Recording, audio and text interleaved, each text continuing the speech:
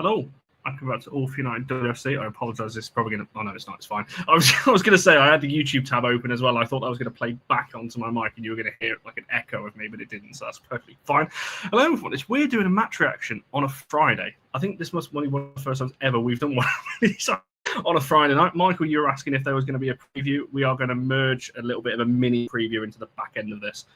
Save doing two different shows. We're just going to merge a little bit of City Talk at the back end of this show as well, and a full-person panel for what feels like a long time, and two people I don't think have been on for a long time as well. It feels like a long time. It's probably been about 3 weeks, but it always feels a long time.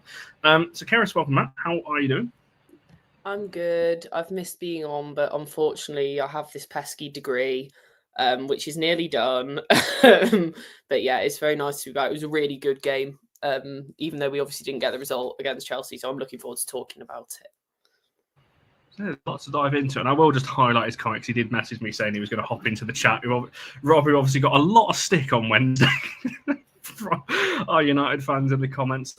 Yes, obviously did take the win, but Rob, you'll be back on here in a couple of weeks, obviously previewing the final as well. So lots to look forward to there, so I'm sure you'll get it again on that one. But yeah, congrats on winning, obviously, the title as well, which really annoying. I quoted myself because I said this in like March. Chelsea were going to win the title at LSV. I could see it coming a mile off because we just can't get away from you on that sense. Next season, FA or whoever's been the fixtures next year, can we not have Chelsea towards the back end of the season again? Let's just scrap that. Play them twice early on. Let's get it done. Anyone else will be fine. There we go. Jess, it's been a while since we've seen you as well. How are you doing over there?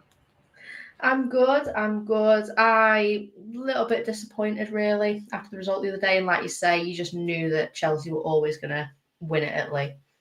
I feel like it's just bound to happen every season. So, yes, I'm fully in agreement. We want to play them twice early on in the season, and then they can go and win the league somewhere else, because they're clearly just going to do it every season. So we just want them to do it far away from us, basically. Yeah, that's 3 seasons now in the last 4 that we've seen them win the title in front of us, and the other season was the one we lost. Well, I say we didn't lose it on the final day, but they won it on the final day. So even then, we couldn't get away from them because we had to see them virtually win it and take it from us on that one as well. So we literally can't get away. Larry, how are you doing over there? I'm grumpy, Connor. I'm grumpy. Shocking. It's not like you. My prediction has not come true. I'm looking for people to blame. I'm not happy about it. But more importantly, I'm actually just disappointed, I think, because we'll get into it. That's probably our best performance against Chelsea, bar the 2-1 win in the FA Cup. And so I think I'm going to use the frustrated, I think, is the word I'm going to use. That's my word of the day. How do I feel? I feel frustrated, Connor. Interesting. I'm sure we'll get into that. I do agree. I'm sure I'll say it quite a few times throughout the show, but I do think we did. We played a lot better in this one than the one we actually beat Chelsea in. If you look at the performers overall, which sounds crazy to say on that one. Right, I'm going to do this in various different orders depending on the question, but I'll come to you, Keris, first on the lineup, because there was 2 big changes that people maybe wouldn't have seen coming. Certainly, Ella Tooney obviously came out for Dominic Janssen, Clinton pushed higher up, and Mallard came in for Turland. 2 changes, I think, looking online was a very welcome one. A lot of positive reactions to that from what I saw pre-game. Obviously, in hindsight, it's easy to talk about. But in terms of when that came out, were you surprised, happy? What was your kind of emotion seeing those 2 kind of changes? Yeah, I don't mind those changes. I think I've said a lot of times on this show that I think Hinnie's made herself pretty much undroppable. And I think that was the same again on Wednesday. So if you're going to take someone out of the midfield, I don't think it can be her. I think she has been too good.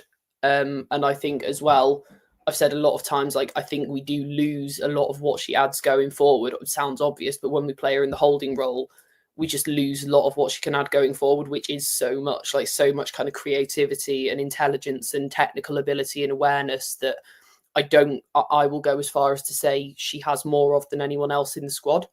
So then the question just becomes if she's playing and she's not playing holding midfield, who comes out for her? Is it Toon or Clinton? Which is obviously really difficult because they're both really top quality players, but we always talk about Ella Toon never resting. So, I don't mind seeing her get a rest. I don't mind seeing her come off the bench and kind of make an impact that way. And And as for up top with Mallard, I was really happy to see her get a chance. I think that whenever she has come on, she's done really well. We saw against Leicester, she started and she got the goal and the assist. Obviously, she missed some big chances in the game, which I'm sure we'll come on to. But I did think that she added a more sort of, not that Terry's a static striker, but I thought that Mallard adds a different threat in terms of her movement, which I think Chelsea maybe weren't as prepared for. And that sort of, she was drifting out to the left a lot more to collect and kind of making those runs and linking up maybe a little bit differently to how Terry would. So I was happy with both of those changes, although I'm sure we'll come on to talking about the chances that Melvin missed as well. Yeah, absolutely. I think, obviously it's something a little bit different. We always say in these games, if you're beating these guys consistently, you can kind of keep it the same. But obviously in the league, that's not been the case for us against Chelsea. So throwing them off a little bit, trying something a little bit different. Barry, I obviously messaged you at the time, and I think your exact response was interesting choice or big choice or something like that. I think you said exact phrasing. Like I said, obviously looking back in hindsight, I guess performance-wise, you could say it worked. But were you surprised as such that, I guess, two big names? It's not something we really see with Mark Skinner, that two big names in such a big game come out of the 11, so to speak. I think we all said that we expected Dom to be in. We said that when Rob was there in the preview. So there was no part of us, I don't think, that didn't expect Dom to come in and play. The question was for who. I think we all assumed it would be Grace that would be dropped, and it wasn't. To be honest, again, hindsight blurs these things, doesn't it? And sometimes you think, was I smart enough to think of this beforehand, or has hindsight just helped me out with it? But I mean, dropping your top scorer in a game where you want to win, I don't know what sort of message that sends out, really. And I think for me, that's the big thing. To not trust her for that game, I think was a bit of a worry. But having said that, we're not very good at scoring goals. I mean, I've said this for a while. We're not. This isn't new. Rewind, go back. The goals we've made have been through forcing mistakes from other players for the vast majority of it. We don't play beautiful football generally that takes them through. And even the ones that we should have scored, they came from actually taking a shot. The ridiculous thing is that that's our best performance, but yet Chelsea still beat us on almost every stat except for the number of shots taken. So yeah, it wasn't too bad in that respect. But no, when you said it, I thought it was interesting insofar as I thought it would be Grace that dropped, not Tooney. But equally, I think you have to give credit, I suppose, that you tried to do something a little bit different. Didn't want to be predictable. And as we said, it did work to a degree because we certainly created the chances. It was just a lack of finishing. Would Her Majesty have put those away? I don't know, and that's not an argument that we can ever really have because it's all metaphorical and not true and not real. It hasn't actually happened. So, yeah, but I thought it was interesting, but I wasn't getting the pitchfork. Let's put it that way. There was no dramas with that. I wasn't angry. Yeah, and Jess, I'll throw the same over to you. Obviously, as I said at the start of the question when I asked Gareth, that was the general reaction I got from people online. People were more surprised that we'd made the changes, to be honest. But there was a relative, I guess, happiness with the changes. Barry, so we spoke about in the preview that Janssen might come in. But did you kind of expect Toon to drop out, or particularly Turner, as Barry said, that's our top scorer? Yeah, I thought it was a brave decision, maybe, and I don't think it's something that we expect from Skinner. He, in the past few years, he has been very much to our detriment at times. Has been we will stick with this team. That being said, when I saw the lineup, I was happy with it. I thought that was a good lineup. I guess a little bit surprised to see Tooney dropped in such a big game, but we've got a run of games at the minute, and like we kind of already said, she plays a lot. She did have pick-up injuries kind of earlier in the year, so it's potentially not a bad thing. I think sort of following on from what Barry said about whether if Turland's on the pitch, maybe she scores some of them. I think potentially she does. But having said that, it was Melvin that Melvin was like creating her own chances. She was making the chances. It's just she couldn't finish them, basically. So I feel like if Melvin wasn't playing and Turlin was starting and was up front, I don't think she would have got herself into those positions because, like Kerry said a little bit earlier, that's not really her style of play. I think Melvin was absolutely fantastic. It's just she couldn't finish, basically, and that is what we needed. I think we had like 16 shots in total, some of them being blocked shots. But, I was sat watching the game thinking we cannot have this many chances against Chelsea and not score them. I don't tend to look at XG, expected goals or anything like that. But I think at one point ours was like 2.5. And we obviously did not score a single goal. So take that with like a pinch of salt, but you've got to put chances away against a team like Chelsea because they had a couple of shots, and obviously Fallon did really, really well, which I'm sure we'll get into later on. But they had one big chance that they just created from nothing, from a corner, and that was it. That was the difference, basically. They only need one chance, and they'll take it, whereas we struggled, I think, in that part. No, definitely. And yeah, I'm sure we'll talk about those missed opportunities, particularly in the first half as well. But yeah, you are right. But I agree. Like I said on the preview, I wanted Jansen to come in. She did. I was happy with that.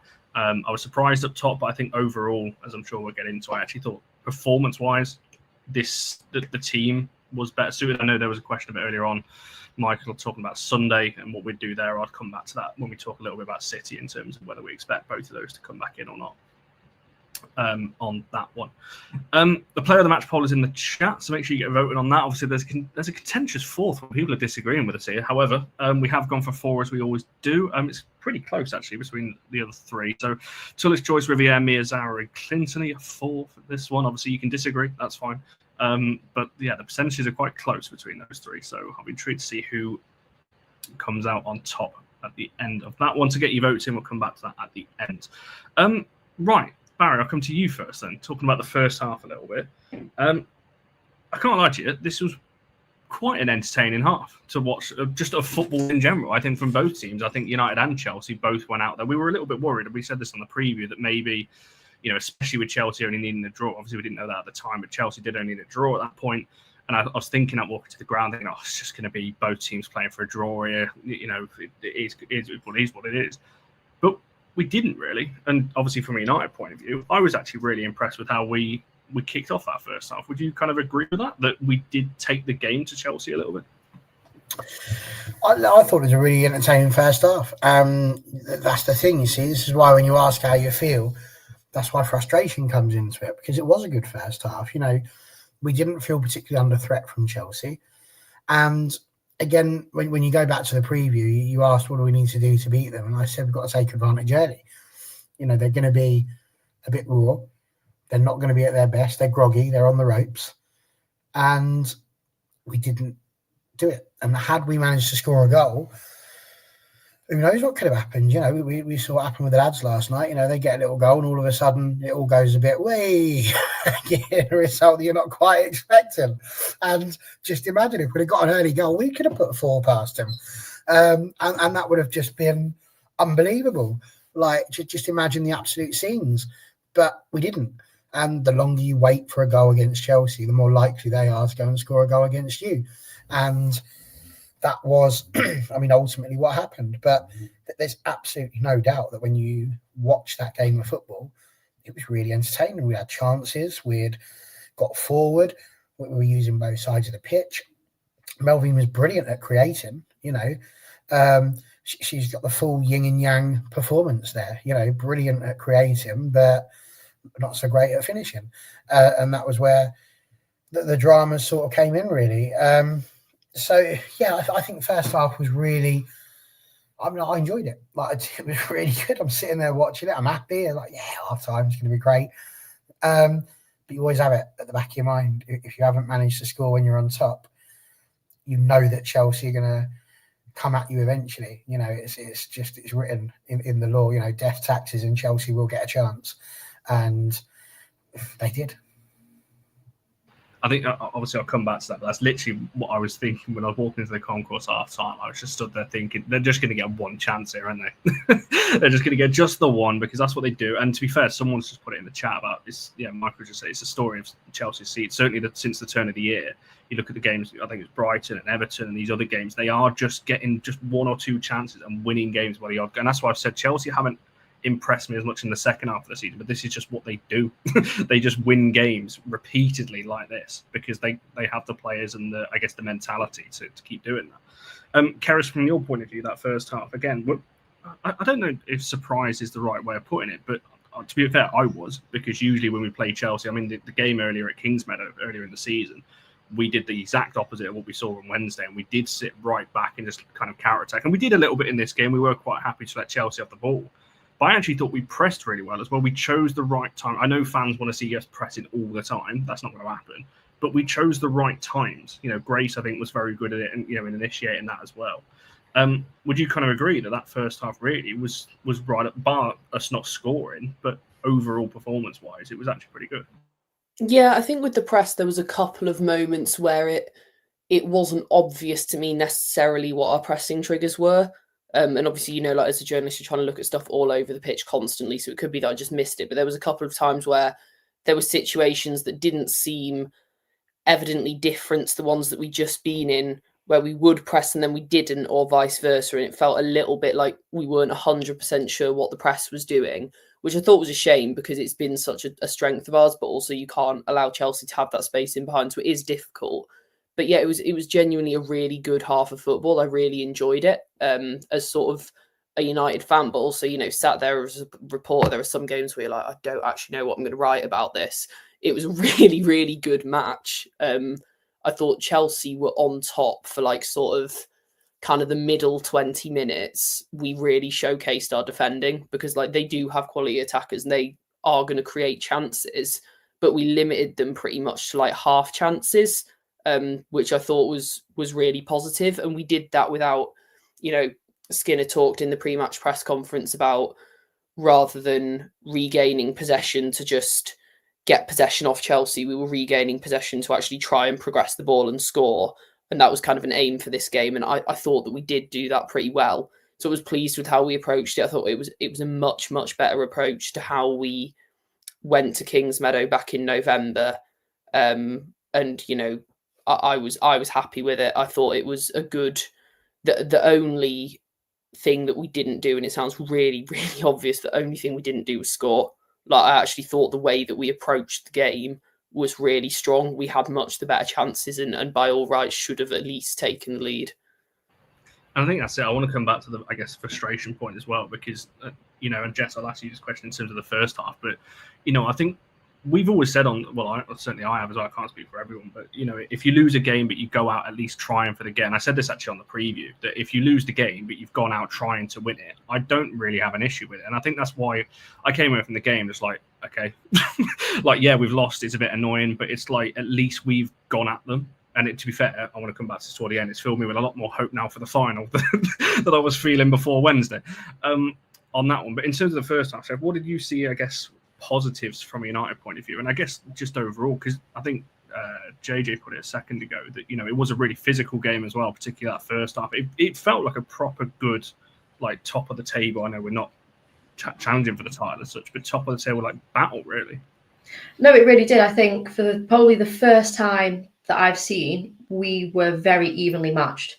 As we were playing in the first half, I was thinking I would take a draw here. But actually, I'm probably going to be a little bit disappointed if we this is our chance to win sort of thing. I was actually thinking we could do get the victory in the WSL, which obviously we've not done before. I think the fact that we came out so, I don't want to say so aggressively because it's not like we were out, dirty tactics or anything, but we really did kind of, that old saying let them know you're there in the first half. That is 100% what we did. And I think that's something that we've never done before, really, especially against Chelsea. And I don't think many teams do against Chelsea, to be honest. I think in the WSL, Chelsea, everyone knows who they are. They win every year, kind of semi-comfortably. I know we have a bit of rivalry and it's gone down to the last day a few times. But for the most part, they They sort of breeze it, really. And I think it potentially shocks them a little bit. You know, they've played against us enough now to know that we tend to sit back, and I think maybe you can't give Chelsea that much respect. You've got to get at them and attack. I think there was a comment a little bit earlier up, which I can't remember who posted it, but basically saying that Kira Walsh didn't do anything, and she didn't. She was basically missing for the whole game. I think in the first half, I didn't really see her do anything, to be honest. I think our midfield were absolutely fantastic in the first half. Just getting in there, doing like the gritty kind of work, winning the ball back. Like Kerry said, there was a period of time where Chelsea were probably on top, and that's when our defence really did step up. But I think for the first time in a long time, I was actually like literally on the edge of my seat. Like, we'd be attacking and I would be leaning forward, like gasping and screeching and all sorts, which is something that I have not really done in any games recently, I don't think. I'd say that's definitely the first game in a while that I have been so like caught up in. Like, normally I'm getting a bit bored and like eyeballing my phone as well at the same time, but no, that had me absolutely hooked from like the first minute. To be fair, I was gasping, but I was choking on a chicken nugget at the time. I wasn't doing that, but I am with Jess in terms of that's generally how I felt. It almost just like that feeling of. I always say this, you know, obviously football, it's all about results. Obviously, you want to win. If you win every game 1-0, you end up winning the title. When you win the title, you're not going to end up complaining about it. But I've always said football is an entertainment thing as well. You want to go to games and you want to be entertained. And I think, despite result-wise, it was an entertaining game, you know, and that's what I want to see us do. You know, we've seen some of that this season, but not a lot. You know, kind of in that respect as well. I want to talk about kind of the chance as well. And a lot of started your comments to come back to in just a second, but something I actually completely forgot about. It came from the chat once. There was a penalty shout in the first half, which divided opinion live. I can't lie to you, I had no idea because I did not see what on earth happened. What do we reckon on this one? Jess, I'll throw it back to you first. Penalty or not? Because I'm really torn. Because I'm still trying to remember what actually happened. Like, I can vaguely remember what happened in the back of my mind. And I think at first I thought penalty, and then I wasn't too sure. After, like, trying to be neutral about it, I think then I wasn't really too sure. I think I could see both sides. So it's a difficult one. I'm actually going to watch it again right now because it was a bit. I wasn't sure. Like I said, at first I was like, yes, definitely a penalty. Then I watched it another couple of times and was like, yes, penalty. Then the more I watched it, I was like, oh, I don't know.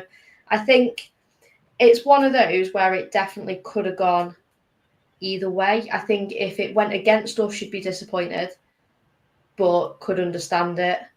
I'm not really giving you an answer, am I? No, if you want to rewatch it back, I'll ask one of the other guys what they come back to me in a minute. The chat are pretty clear truth, and you know, JJ say, you know, Lot saying it as well, Shane saying nailed on. Barry, would you agree? Penalty for you or not? Listen, no, I didn't think it was a penalty initially. No, I didn't. I watched it and thought it was. Watched the replay, thought it wasn't. Watched another replay and went, oh, maybe it is. And then saw another replay and went, maybe it is. So I went back and forth. Certainly on All Women's Football, I put that down as being, I don't think it was a penalty.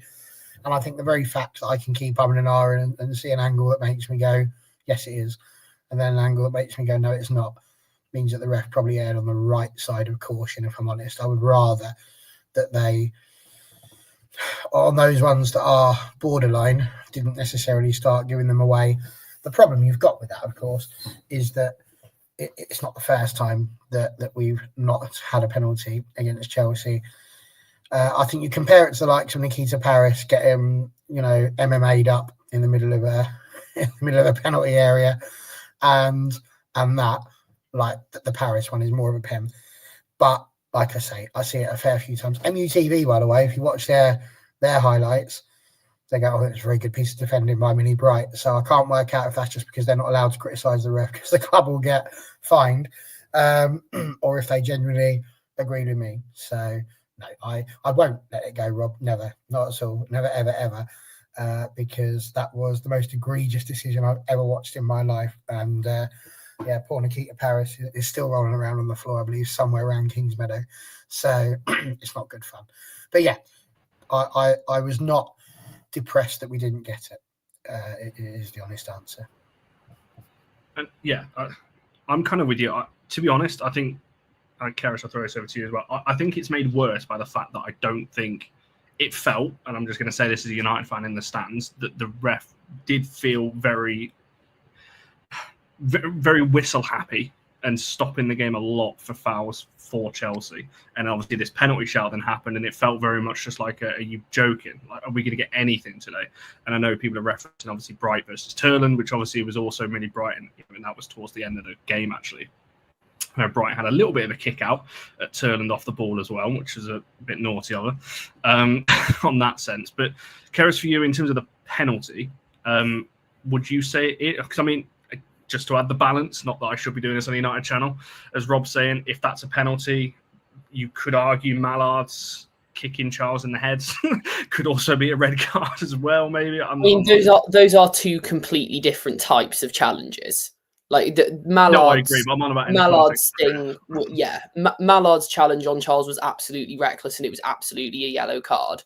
But it's a genuine attempt to play the ball, and therefore I don't think it's a red card personally. But I can see obviously why people are aggrieved by it. But it's Mallard's one looks to me like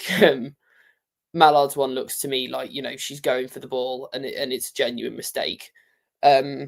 But back on the actual penalty, it's really difficult. When we were all watching the replays at half time, I thought it was a penalty. The thing that I will say though is you can absolutely see how the referee missed it in real time, because it looks like a 50-50 in real time. It looks like a 50-50, and it's very difficult to see who gets the ball first. When you slow it down, it looks to me like Grace touches the ball first. But it's one of them things where, like, I always say this with kind of game-changing or potentially game-changing decisions like that, there's only so much we can complain about it. Like, it's frustrating, even if you think it was a penalty, but we had a lot of chances that we could have put away. So it was a shame. You know, I can understand the frustration from United fans, and Mark Skinner was probably the most frustrated I think I've ever seen him on the sideline after that decision. But we had other chances to finish the game off. I'm not saying that wasn't a big missed opportunity, but yeah.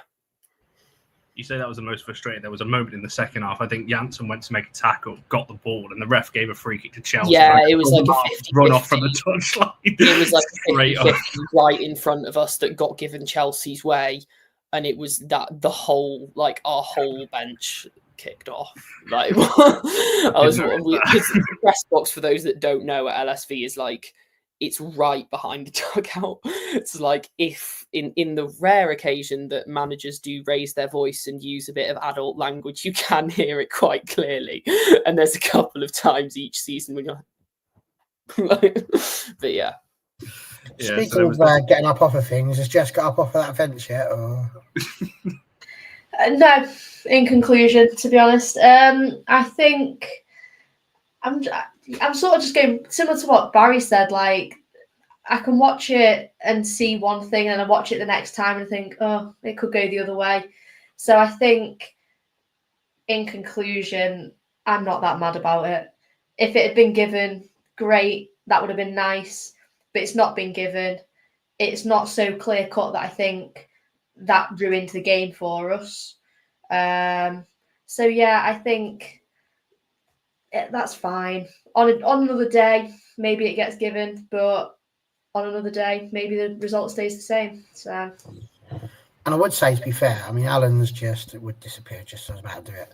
Alan's just put here, we shouldn't be blaming the refs in WSL. They're amateurs, not trained to anywhere near a high enough standard. And you know what? He's got a little bit of a point there, because B, who comes on All Women's Football, the level that she can referee at for men is like Sunday League, effectively. You know, it's not a very high level, but she could referee a Tier 5 match in the women's leagues. So it's a little bit worrying. that the levels are that different. And so, yeah, I do think there is a shout to be made for some better training and that to be given to some of the referees as well. But I still think she was right. Yeah, I think that's fair. Like I said, I'm with everyone else. I think you're annoyed if it given. I would probably err on the side of it probably is a penalty, but I'm not like massively annoyed about it. I'm not saying that's why we didn't win or anything else. It's one of them where without a ref being able to see a replay, it's even if it's annoying, it's very understandable that they missed it, because it's like it's a fleet when you're going at that speed, a fleeting contact is enough to knock you over, but it is a fleeting contact, and from the angle she was at, it's probably difficult to tell. So it is really frustrating, but I think that comes back to what Barry says about like the level of officials in the WSL. Like, it's not their fault, but we've got to get better officials if we want the league to kind of improve. Its standard of officiating has got to improve with it. It's something that I think we keep like banging the drum for constantly. No, I agree. So I was more annoyed just at the rest of the decisions, to be honest, the constant stopping of the game. And like I said, it just felt like everything was going Chelsea's way. It's been mentioned a couple of times in the chat. There was a couple of the announcement came out twice in the ground about language. I don't think that was for anything to do with the dugout. I think that was some United fans expressing strong opinions towards the end of the game. Yes. Yeah, that was quite something. But I'm not going to speak on behalf of whoever made that announcement. But I think if you tell people not to do something like that, you're going to get a bigger reaction of people doing it, which is exactly what happened certainly in Northstown where I was. So you're not going to be able to stop that. I'm sorry, it's a football game. People get annoyed and swear. It happens. Let's not get on to all that. Right, in terms of the chances, I'm kind of merging first half and second half a little bit here because we're already 30 minutes in. But Locke made the point earlier that Skinner coached a win. Players should have finished the chances. I think Jess or Keris, one of you mentioned about XG earlier and everything else. I believe that is one of the highest we've ever had against Chelsea. Now, like I said, people have their thing about expected goals and the rest of it. But if you even just take that away, chances created, I can usually when I'm coming away from games, I'm looking at it going, I can only really remember one chance. I can remember 3, 4, 5. In this game where I'm like, that's a really good opportunity there. You think of Mallard's one, tries to kind of go round Hampton. Clinton had a couple of chances where if she just hits it anywhere else rather than at the Chelsea defender, it goes in.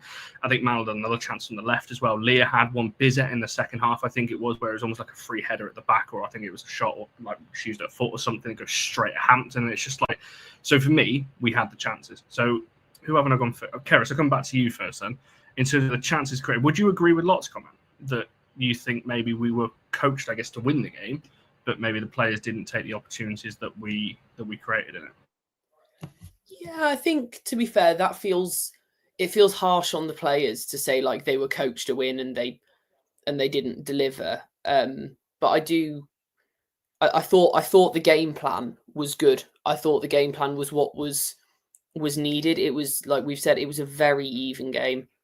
We could absolutely have won that game, and I thought for large kind of sections of it, United were the better team. I think the end of the first half and moving into the second half, pretty much up until they scored, United were the better team. There's chances that stick out. I think like Bizet's header at the back post, because it didn't go as close as some of the other ones, has been sort of overlooked. I thought that was probably one of our best chances. There was one about 15 minutes into the game where Melvin cut in from the left. And it was saved, and then Clinton, I think, put the rebound over the bar. There was obviously the one we've talked about where Mallard potentially makes the wrong decision in trying to go round Hannah Hampton rather than chip it over her. But, these are, I'm sure we're going to talk about Mallard more. But I thought creatively and tactically, the game was really good. Like, we looked like we had numbers up top without being overrun in the midfield, which I think is an issue that we've sometimes struggled with. I thought that the fullbacks got up and down really well. Yeah, I do think that our game plan was pretty spot on. Like, there was a couple of times that potentially we just lost our way slightly in terms of when to press and when to not. But I think that if we go into the cup final against Chelsea with a similar approach, like, we'll definitely come a lot closer to beating them than if we try and park the bus for however many minutes, because we've seen that we can try that and it just doesn't work. And that's the thing. I know that a lot of the chances fell to Mallard, obviously playing up front. But this is where I go back to Charlie said this a couple of weeks ago on the show. Can you get Mallard and Turlin together? Because the chances were created for Mallard. She came in from the left quite a couple of times. I'm just thinking, like, if you have both of them there, I think Turlin, well, like I said, like Barry said earlier, you don't know, because Turlin has missed a lot of chances this season as well. So would she have scored them? I'm not too sure. So I think in general, like it's hard to say, but could you get both of them in? And I know, JJ, you've mentioned about the subs. I've started that. I'll come back to that after this kind of round of discussion. Yeah, like I thought, to be fair, when I saw Turland warming up or stripping off to come on, I was kind of hoping that it would be moving Mallard out to the left wing, taking Leah Galton off and putting Turland up top, because I thought Mallard was contributing loads creatively, and I thought she could have continued to do that from the left wing. Like, she doesn't strike me as someone who would have necessarily struggled to complete the 90 minutes. So that's the change I would have made, but I'm not the manager. No, I wholeheartedly agree with you on that one as well. But Barry, you said right at the start of this you were a bit frustrated. I imagine it's because of this, because of the fact that obviously the chances created. I agree with Keris, by the way. I think that Bizet one's going under the radar a little bit because it wasn't like a massive save or didn't seem like a big chance. But for me, she is wide open at the back. I would probably expect her to score from there. Like I said, the Mallard one where she tried to round, I don't know what she's trying to do, to be honest. I think she got caught in two minds and just ended up doing nothing really with it. They're the two. There's others that I'm just like, in a game like that, you've got to score at least one of them. Otherwise, you're not going to win, are you? I mean, Keris said that it was a bit harsh to say that about the players, and I get why she would say that. I feel a bit harsh today, so I'm going to go all in and say I think that Mark Skinner was, on this occasion, faultless, up to substitution points, and I'm sure we'll talk about that. But certainly for the first half, he set them up incredibly well, and I think it's only fair if we're gonna throw bits at Mark Skinner consistently. I think we've also got to be reasonable enough, because the players will, we all sit here sometimes and we try to be all nicey. If you think Melvin Mallard didn't go home that night thinking I should have just hit the ball, why did I do this? Why did she did? And if she didn't, then we need to question what's going on with Melvin Mallard, because you should be questioning why it is you chose to try and take the ball around a goalkeeper and two defenders and not just hit the ball when you've been presented with, again, a mistake, not something that we actually managed to do. So I do think you've got to, on this occasion, hold the players accountable for what they did. You said Grace Clinton hitting the ball not straight at somebody. She's gone for power. If she maybe goes for a bit of placement there, looking at where the gap is and actually aiming it rather than just whacking it straight away, who knows where that's going to end up. And this is the sort of thing that we need to deal with. But where I will give the players some credit as well, though, is that somebody put it up earlier on, I think it might have been Ema, said, is this the problem of not giving someone like Melvin Mallard that many minutes? And this is why I said it was a choice to take Turland and not play her when she's been the main striker for the vast majority of the season. Melvin Mallard potentially hasn't had much playing time compared to Her Majesty. And so maybe that does sort of contribute to it a bit. And this is why I get annoyed with some of the stupid things that happen. I mean, we're losing 1-0 and we're bringing off Jade Riviere with 6 minutes to go for Aoife Mannion. 6 minutes, please, someone. And I know that I'm so sorry, Aoife, because it must feel like I absolutely despise you. But what is Aoife Mannion going to do in 6 minutes that Jade Riviere, probably one of our best players, vying for player of the match? What? Name me a match Aoife Mannion's won. It ain't happened. I'll stick up a mark on that one because I think that was a Jade decision. I think Keris is closer to the touchline than me. I think she signalled over to come off, if I'm correct. I didn't see, to be honest, but I would imagine it's like it, because Jade went down a couple of times. Like, she had a couple of heavy challenges on her, as she always does every single game. I think it was probably just her feeling that a little bit and just not taking the risk anymore. But it always looks weird when a manager takes a player off like 6 minutes to go, unless it's something like injury or caution. It's weird. But at this point, you're playing against Chelsea, right? It's 6 minutes to go. They're going to win the league. At this point now, it's irrelevant whether we lose 1-0, 2-0, 3-0. They're not going to score enough to completely batter us. Why are we thinking about doing that? You've got Mara Griffiths sat on the bench. Could it have been a chance to stick her up? Maybe. But why bring on Lisa Nilsson, traditionally a slightly more defensive player, for Celine? Same sort of thing. Queen Elizabeth did come on, bless her. Like I say, she shot a ball straight over the bar. It was a really good opportunity. Fair play to her. It was a good effort, but went over the top. It's just, that's where the frustration comes in. It's been a frustration for me all season. And I'd like to say, if just Man United, I don't even need to mention agenda on this one. Just Manchester United's finishing this season has been, I've got a full length window door here. If it wasn't for the fact there's a great big bloody fancy bit in front of it, I'd potentially run through it, because just nobody seems to be able to finish at the club in any positive fashion, and it's so frustrating because I want them to. There's no shade on these players. I love Melvie Mallard. Like I said earlier, her creativity was absolutely brilliant, but that's just, again, we're bringing on defensive players when actually it would have just been nice to just go, do you know what, sod it, let's stick Mary Griffiths up there, let's tighten up, go 3 at the back, throw another one up the top. What's the worst that can happen? When Chelsea scored, we sort of didn't do anything. I don't really recall a good opportunity after Chelsea scored, and that to me is criminal.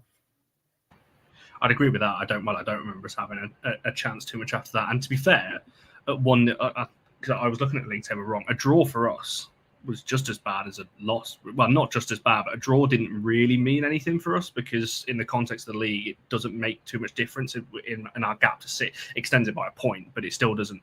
We would still need a draw or a win against City, and if we lose that one, it would still mean we'd have to beat Arsenal last game anyway. So a draw didn't really make too much difference. So I agree with you in that sense. Because Lisa Nilsson came on the right wing, and I was a bit like, oh, what are we trying here? What's going on? But I do think the subs did kill the momentum for us a little bit. In that sense, sometimes, and I say this all the time when I say that you need to make a change in the game, it doesn't always have to be personnel. You can shift things around on the pitch without making a personnel change. And I think in this case, I would have preferred that. Maybe take Galton off and put Mallard off the left and turn him down the middle, and then you have Mallard's creativity with another striker up there as well. So I think from a chances point of view, we definitely had the chances to win the game. I'm not taking anything from that away from that one. Jess, in terms of yourself, I guess we're talking about the game as a whole now. In terms of, do you think we had enough chances to win the game? Yeah, 100%. I was just having a quick look actually at the stats. According to FootMob, we made 4 big chances, which, and I felt like there were more than that, to be honest. In comparison, by the way, Chelsea had 3, but obviously they converted one of those. But yeah, 4 big chances against Chelsea. You just have to score one of those. You just can't not score, because Chelsea just will. I said it before, they only need half a chance to score. They only need 1 set piece or 1 tiny little bit of luck, and they will bag a goal.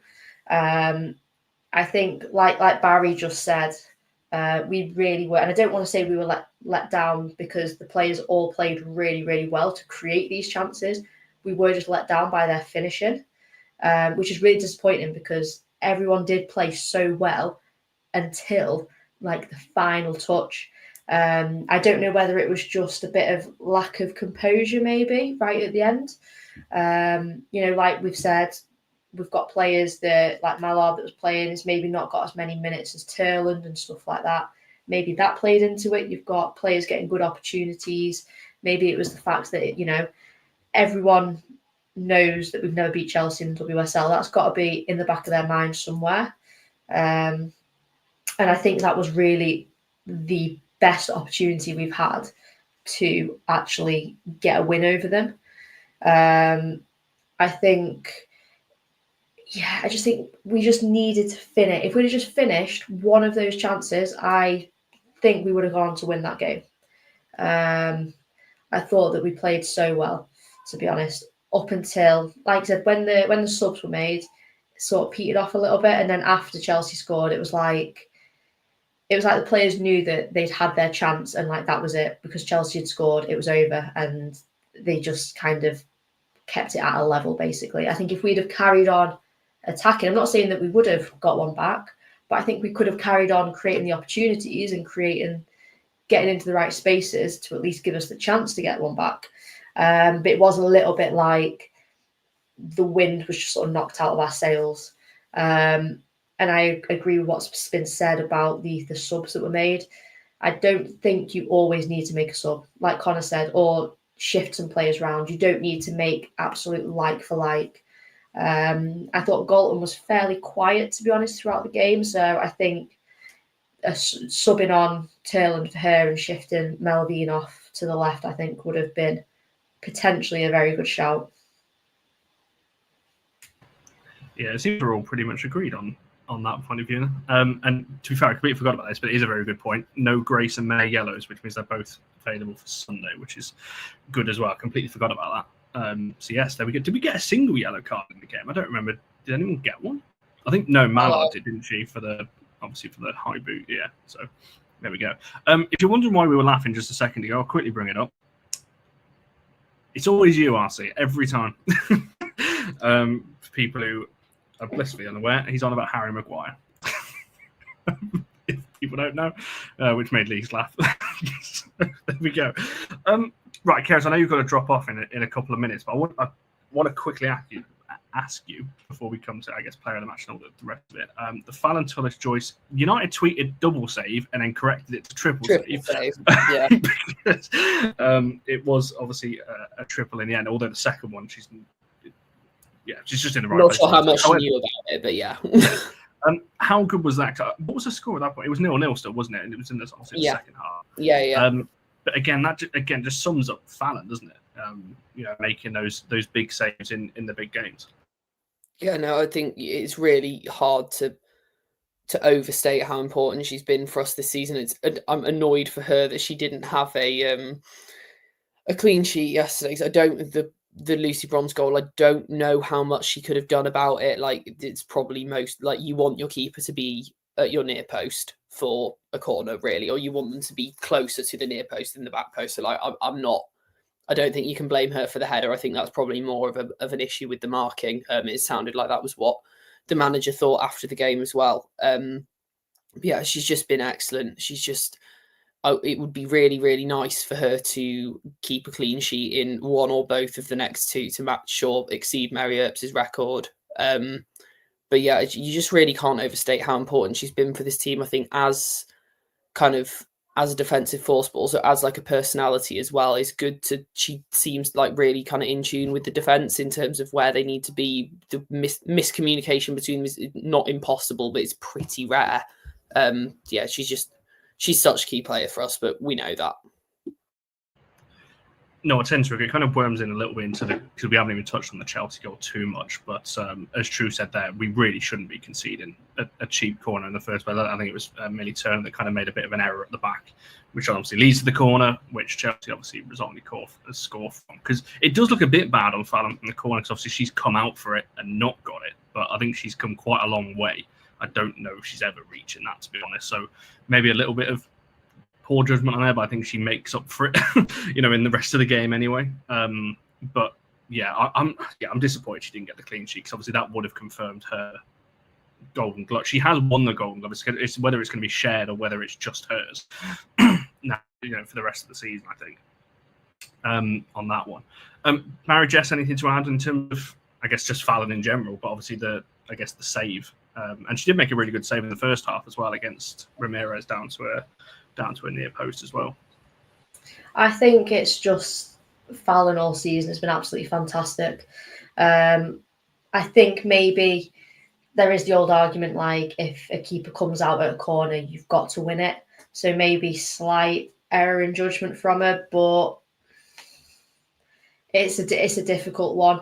I guess the problem is with being a keeper, you make the slightest error and you concede. But yeah, I kind of agree with that. It was a free header. I think not that we need to cast blame specifically, but I think it does lie with the marking rather than with Fallon. I think Fallon's been absolutely phenomenal, and if we did not have her this season, I think we would be way down the table somewhere, to be honest. Stats will certainly back that up, that's for sure, with how many goals we're expected to concede compared to how many we have. Barry, got anything to add on that one? And I'm going to quickly ask Keris for player of the match before she hops off. Yeah, no, I wouldn't have blamed Fallon tullis-joyce. I've had to watch that back a couple of times as well. But as RC says, nobody's going for it. Like, it was just been a free header. So she was literally the only player who was, and poor old Hinny, I mean, she was there, but she weren't winning that header, not without a step ladder. It wasn't going to happen. So, yeah, it was game over at that point. So, no, I wouldn't let her go for that. It was a really good double save, triple save, really, although it was just a bounce back, the second one into the face. There was a bit of luck there, but she earned that with two good saves. So, no, I think she is God's gift to Manchester United. Exactly, and already tied down for another 3 years as well. I'm not going to get tired of seeing that, are we? That's for sure. Right, Keris, I know you've got to quickly go. I'm going to leave the player in the chat, but I just want to ask you before you hop off who you will have voted for, or who did you vote for your player of the match? I did not vote, but if I had voted, I would have voted for Miyazawa. I thought, again, she was just... We controlled the midfield so brilliantly, and I thought she was absolutely key to that, or... her kind of defensive work, she was just popping up everywhere, all over the pitch again, creatively brilliant, defensively, I would argue even better. So yeah, it's her for me. And I think she's, had she maybe played more consistently from earlier in the season, I'd be saying she'd be our player of the season. As it is, I would probably say Jade or Fallon. But that's a question for the end of season show, which I'm sure we'll do at some point. But yeah, it would have been Hinny for me. I'm looking forward to that show. It's my favourite show of the season.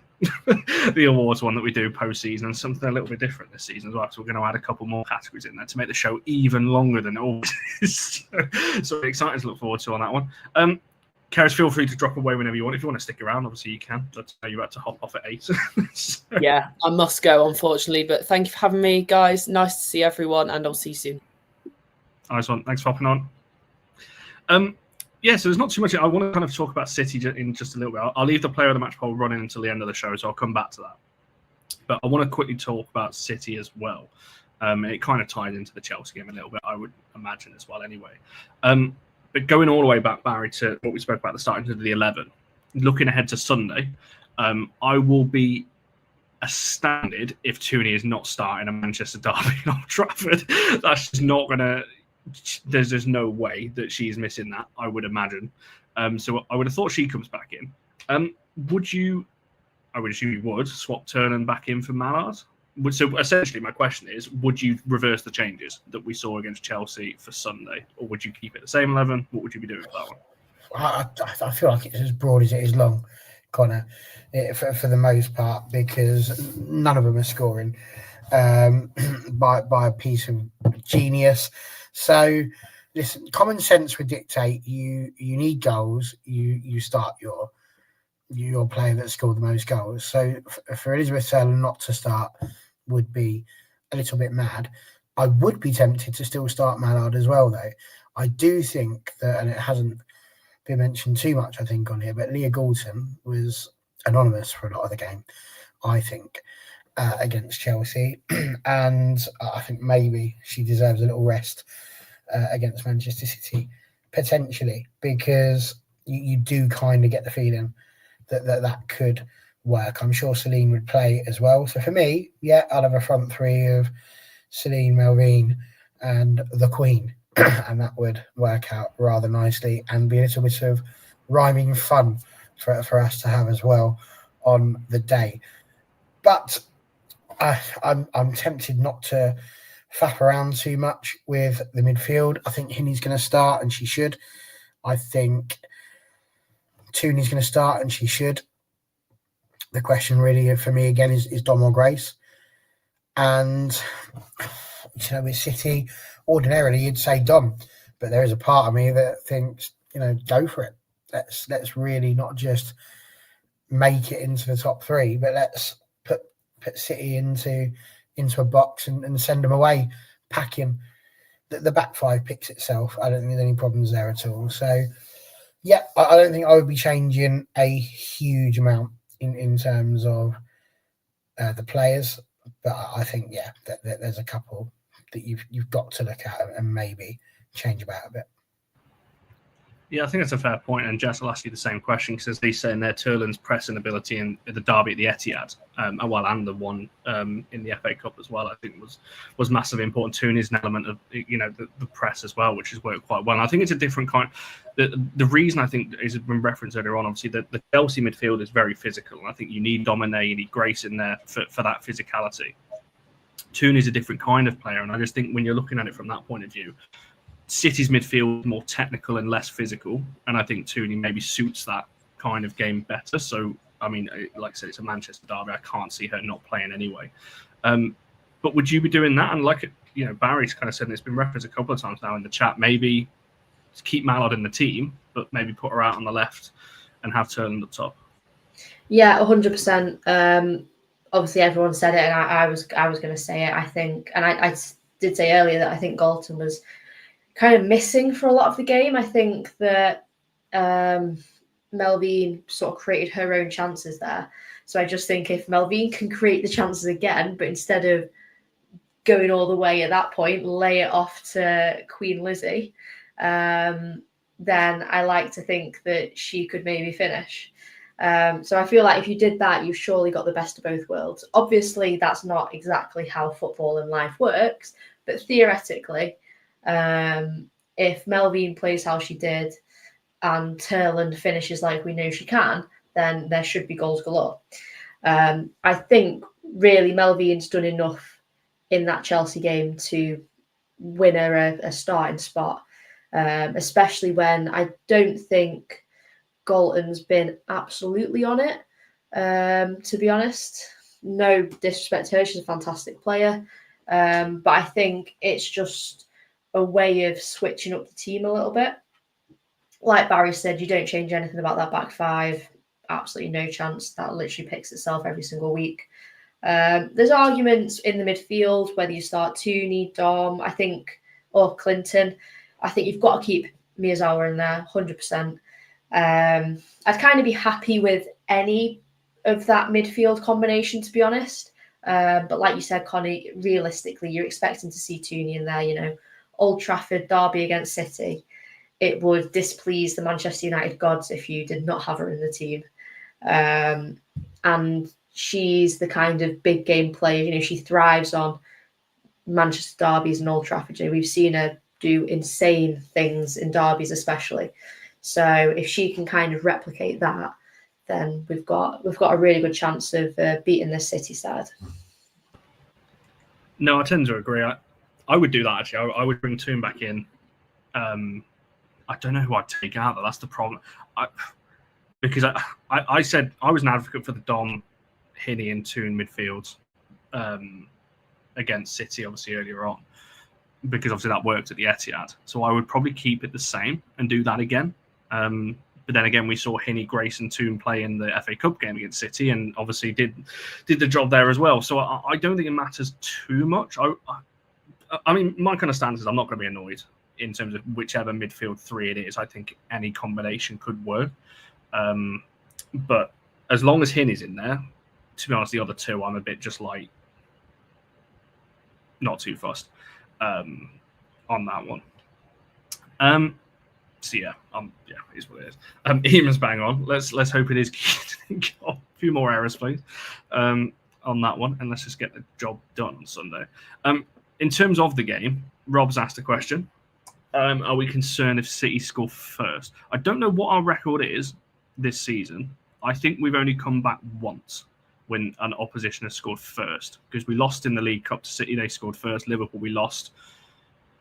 Arsenal, we came back to draw, and both Chelsea games, obviously, we didn't come back either. So we've not actually come back to win yet in a team that has scored first against us this season. So there is an element of concern there. Obviously, we only need a point for Champions League. Obviously, if we're going for top two, a win would be obviously more preferable. I know we play Arsenal on the final day, but I'm pretty sure if we draw and Arsenal win, I don't think can we even get top two. What, we 2 points behind them? So if they win, that last game's irrelevant anyway. So yeah, so if we're going for top two, we need to win. Champions League or top three is just a point anyway. Jess, I'll come to you first. In terms of a top three finish, like I said, we only need a point. I'm not going to read out City's stats against us because it's more in favour of City. And I think I read the stat earlier. They've won the most away games this season out of any team. So there's that. They've also got, I'm just going to add the balance before I big up United in a second. Hemp and Greenwood look like they're back, obviously for City as well. And I think I read earlier that Firmino is also back as well for City. So they are getting some players back now. Whether they're fit enough to play a full game, obviously we'll wait and see from the City point of view. However, we have already beaten them twice this season, obviously both away as well. So we've got that confidence. What are your, I guess, thoughts going into it? Are you confident that we're just going to get the job done? Because obviously this essentially is our Champions League Cup final in terms of qualification. You know, I think a lot of it is just riding on this game now. Having obviously lost to Chelsea a few days ago. So what are your thoughts going into it? Are you concerned if they score first? Are you worried just in general? Are you think quite confident? What's your thoughts going into it? I'm pretty confident, to be fair. I think going into the Chelsea game, if you'd have asked me, I'd have said, like, no, I am in no way or shape confident that we would beat Chelsea. But I think, I don't want to say it's lucky for us that City have had those injuries, because that's not, you know, football's football. We've had seasons where half the team's been injured. I think it's still a good time to play them. Whilst they've got players coming back from injury, they're not going to be, or I wouldn't have thought they're going to be, you know, 90-minute players. You know, you've got players like Lauren Hemp, absolutely fantastic. If she's out injured, like, I love her as a player. I think she's fantastic. If she's out injured, great, to be honest. And it would be the same vice versa if United had a load of players injured. You know, City fans would be thinking, okay, this is a good time to play them. So yeah, that comment there, played 30 last week. So you'd think, okay, maybe they could push like an hour, maybe, but it's getting towards the end of the season. How much do you want to risk it from a City point of view? But going back to the game itself, I think if City do score first, I think it's a little bit concerning. I don't think United have shown great sort of, I don't want to say great mentality, because that kind of makes us sound weak, and that's not really the case. It's just we seem to get a bit deflated, let's say, if we don't score first. You know, there's no reason why if a team scores, if, you know, the opposition scores first, we can't then go back and beat them. It just seems that sometimes the players maybe think that, like, oh, well, that's it. The game's done. You know, it's like I said before, the Chelsea that knocked the wind out of our sails, and like that was it kind of thing. But that is very much not the case. But I think whatever you can say about games, derbies are just always different. I think anything could happen really in a derby. I think with the crowd there, you know, playing at Old Trafford as well, it's a really, really great opportunity. We're getting, well, pretty much the end of the season now, only sort of one game left after this one. Yes, I am wearing sky blue nails, but they're not, sorry, I'm getting distracted. I know I was looking at these actually a few minutes ago and thinking, I'm not due to get my nails done until next week, so I'm going to be going to the game with blue nails. They look more turquoise to me. Thank you. I can't remember what the colour was called, but I got them because I went on holiday last week. So they were my holiday nails. But I am getting my nails done like the week before the FA Cup final, so I might go for some football-themed nails. Anyway. What colour would you call that? Yeah, I'd say more turquoise to me. Are you like me? Because like I used to work at B&Q, and I can't even tell you how much it annoys me when you go in the paint department, because there's so many different colours now. And I just see like blue, light blue, dark blue. But the fact we now have things like aqua, turquoise. There's a class at our school called azure. I didn't even know that was a colour. Apparently it's blue. Like they're making words up nowadays. It's unnecessary. I actually have a bit of a funny story. So I got my nails done, went on holiday, and I don't know if anyone's ever stayed at an Iberostar hotel before, but if you've not, like, Google the logo quickly, because everyone for the entire like 5 days I was there, like all the staff just kept saying to me, oh, your nails match the hotel. And they did. Like the towels and everything that were given out for like by the pool and stuff like that. The Iberostar logo is like a bit of a star thing, and my nails are the exact same colour as it. And I was just like, this is actually almost embarrassing, to be honest, that I have coordinated myself with the hotel colour scheme. So there you go. It's not actually for City. I got it for the Ibero starring Lanzarote. There we go. I can't wait for the summer. I was talking about before that, so I'm just going to finish what I was saying. Honestly, I can't wait for the summer when there's not much football to talk about, and we just do shows like this. Talk about my nails. I love getting my nails done. So there we go. You mentioned about it being at Old Trafford as well. And to be honest, that doesn't fill me with more confidence. To be honest, I would much prefer this game at LSV. Obviously, the last time we got Champions League, it was that game against City at LSV that obviously secured it in the end. But I would have much preferred this. I don't know what the ticket sales are up to. It was 30,000 the other day, so I would imagine we're probably going to hit 35 by the time it hits Sunday. But someone asked earlier, have we beaten a top three side at Old Trafford?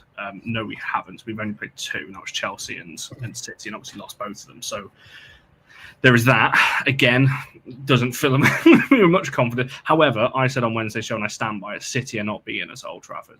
They might get a draw and they might score. They're not beating us. No chance. And someone can clip that and come back to that on Monday. It's just not going to happen. But Barry, same kind of question in terms of just your, I guess, overall feelings. Any concerns, or are you pretty confident that we'll get the job done on Sunday?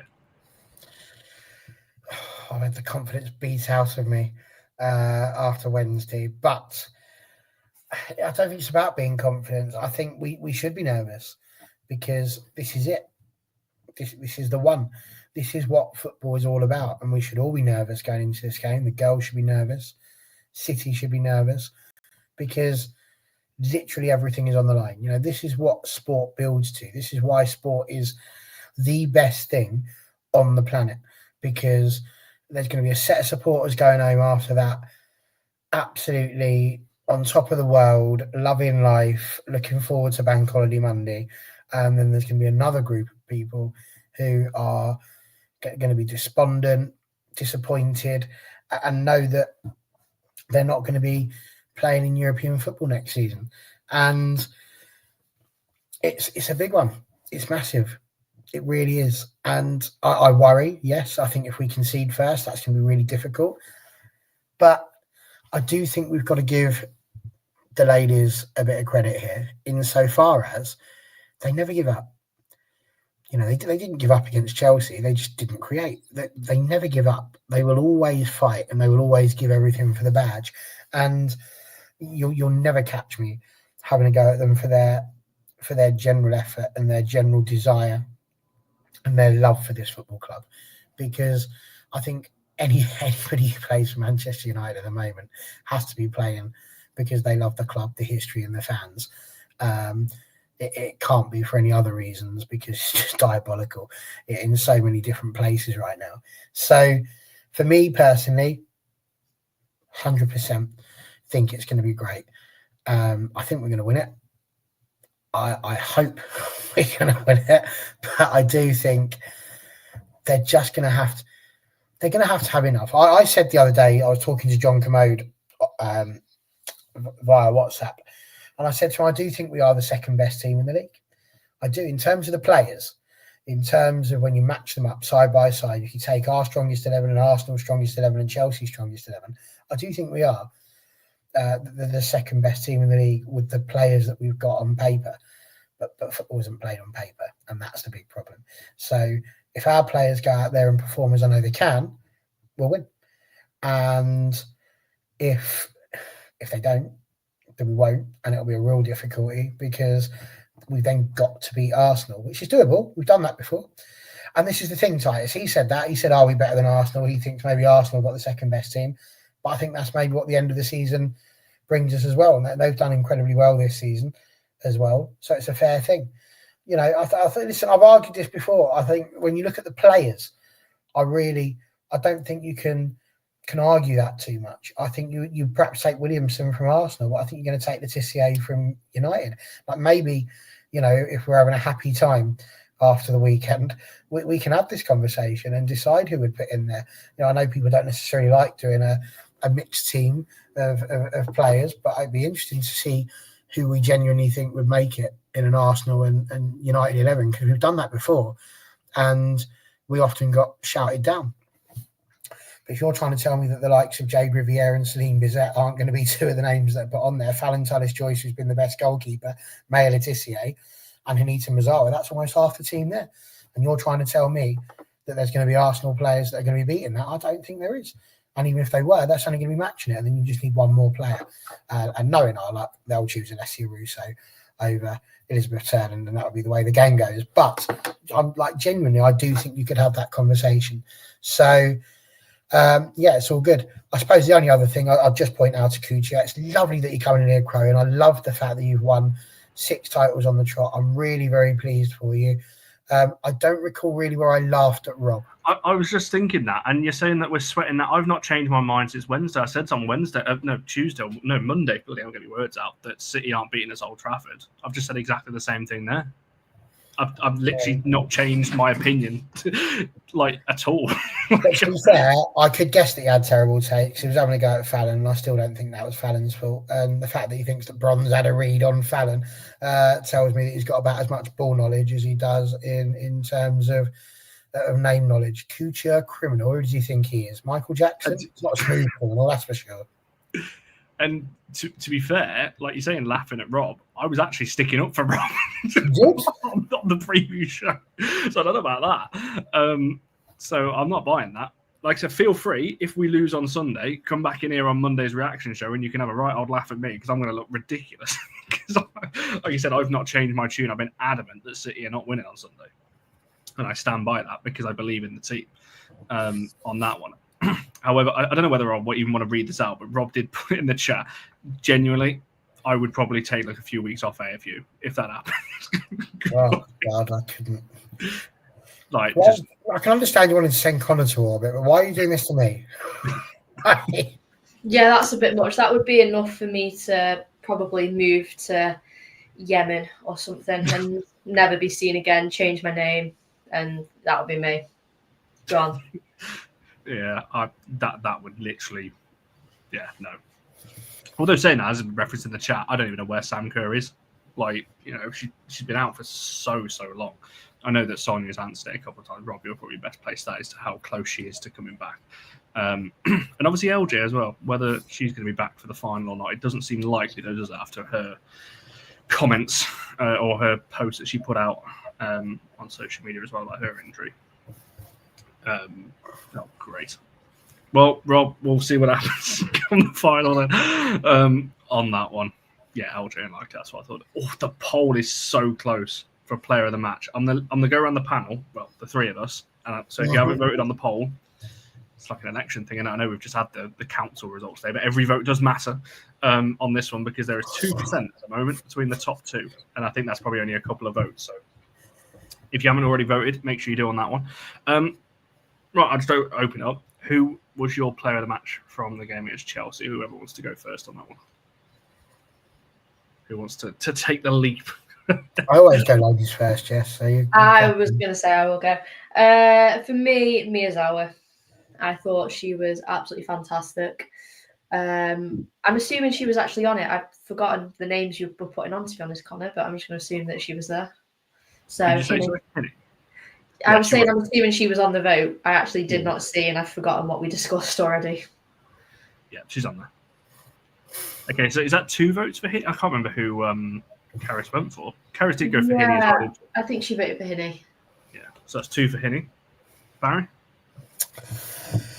Really controversial. I wouldn't have put Hinny anywhere near the top 4.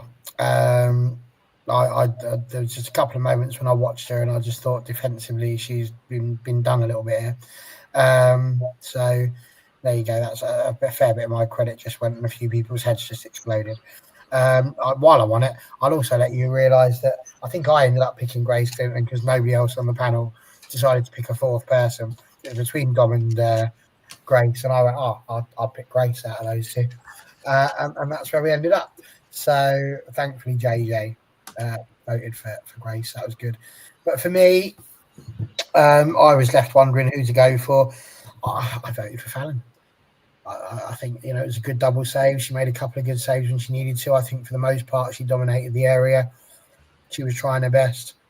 I think, So that was where I went with that one. There we go. I think that's fair. Rob, as an opposition, has said Riviere. There's a lot of people saying Jade as well. A lot saying Jade or Fallon. James has gone for Fallon. It's actually been a really, and to be fair, I know Barry just said there obviously about putting Clinton on the poll. The fourth person for me, obviously, I had the top three of Hinny, Jade, and Fallon, and I was torn for the fourth person between Janssen or Grace anyway, because I just thought our midfield was that good, in that sense. So, I was more than happy to see Grace on that as well. She did get a few votes. I'll end the poll. I would have gone for. Who would I have gone for? I don't know. I know you said Hinny wouldn't have been near your top four. Hinny was the first, but whenever I think of these things, I'll probably just go with Hinny just because when I think of player of the match and I think, right, who's the first people that come to my mind? Hinny was the first. When I was driving back from the game, that was the first player when I was thinking of the show, who's the four players going to be. That was the first, so I would probably say that. I just think in this game, she lived a little bit off of the reputation that she's rightly built for herself this season. She's been absolutely brilliant all season, but I just don't think this was the game where you would give that to her. But I completely agree. Respect your opinion, Conduct. I agree on the ball. I think I don't know what her passing stats were in, that's sort of quick, 69%. So for her, that is really poor, from a passing point of view. So I agree with you on the ball. I don't think she was great, but I think one of our best chances actually came from a ball that she played forward. And I just think positionally, yeah, that is a word. She covers the ground incredibly well and covering off those spaces. So I still would have gone for her, although I do agree with you. I think on the ball, it wasn't her strongest game from that point of view. And like I said, I'll just big her up actually while she's on the poll because I've given her a bit of stick this season. But I did think Clinton was good off the ball. Again, on it, I don't think Clinton was great either. I think she actually had 100% pass completion in the game, but she only made 11 passes. So, from that point and from midfield, that's quite low to only have 11 passes. But I thought on it, again, just takes a little bit too long. But off the ball, Grace was exactly what we needed. That kind of aggressive nature that she has, pressing and winning the ball back. I thought she was excellent. So I know why people wanted Dom on there on the poll, but Grace I thought was brilliant as well. And obviously Jade and Fallon are two excellent shouts, as well in terms of their performances. Interestingly, I don't know why I didn't expect her to win. However, Grace Clinton came fourth on 7%, Riviere on 18%, Mia Zhao on 34%, and Fallon's won her second WFC Player of the Match poll. So from not winning any all season, she's now won 2 in the last couple of weeks. Which is I love it when the hive mind agree with me. Can we just take a moment to realise that I think he meant poll? But yeah. That then leads us to the question: if you only get 18% of the ball, is it still a free kick? What? Oh. I thought you were on about me. I wasn't on the tab then, so I couldn't see what you were doing. Well, because Millie Bright, if she got 18% of the ball, maybe it's not a penalty. That's what I'm getting at. It's like, I don't know. As long as you get a bit of the ball, it also depends on the area of the pitch, which it shouldn't do, but it does. Yeah, it's all about the fact. Thanks for that. Right, we can't round it off then without a City score prediction from all of us. Oh no, I don't want to. To be honest, I really don't want to. I might just ask Siri. Should we ask like an AI tool what the score's going to be? I don't really like talking to AI, but I feel like in this instance, I would actually make an exception. I am going to say. You're going to break into song then. I'm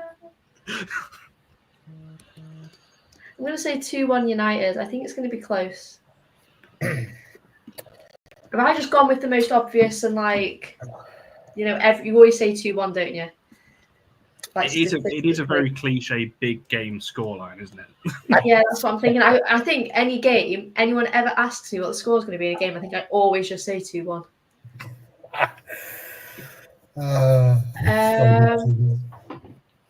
But I do think it's going to be 2-1. Okay, I think 2-0. I'm going to go with it. I think because I've got to, like I said, I live in a world that many people probably couldn't survive in, but it's a place of optimal hope. So I'm going to suggest that we score 2 goals. Hopefully they'll be scored by Melvin Mallard and Grace Clinton, so that the pair of them can atone for their misses in the middle of the week. And then, of course, Fallon gets her clean sheet, gets the Golden Glove, and we all wander off to Europe where we have a brand new conversation. If it's 8-7, if we score 7, I'm walking out. That's it. It's game. Considering we can see a 10 all season, because in 7 I would leave and I would never ever return, I think. There's a quick question actually before I give my score prediction. If you won 8-7, would you be happy? Because you could look at it from a fan point of view or a manager, but like conceding 7. I would be delighted, Connor. I think just what a game that would be. I was going to say, like, the highs and lows of that game, like, I would potentially need to be put into some sort of like medically induced coma to recover from a game like that. Like, you guys know, like, I need my early nights and stuff like that. Like, that amount of adrenaline and the ups and the downs. If anyone ever watched Riverdale, the epic highs and lows of, it wasn't, he said high school football, but the epic highs and lows of football in this instance, I could not recover from that. You would have to put me into a coma until next season. And even then, I don't know whether I'd be ready to wake up. You might have to wait until the season after that, because I just don't think I could cope. Yeah, I think that's fair. I thought that was a quick, interesting question. Then 9 RC is, yeah, you've answered your own question. It's going to be Carolyn, isn't it? Because they literally don't have anyone else. So I would imagine it's Carolyn, Hemp. I was going to say Fowler. She's not available, is she? Who's going to be on the right? I don't actually know. Is she midfield? Yeah, to be honest, from a City point, it really depends on the player's fitness. I've got no idea. I've not seen. It depends on their level, because like Hemp's back, but she might not be that back to be started. Yeah, exactly. So it's, do they bring her on as like a off the bench, or yeah? Yeah, so it seems to be Jess Park on that one. Yeah, I agree with Ema, actually. Everyone's worried about Hemp. Jess Parks causes a few issues in these derby games, so I'll be looking at her as well.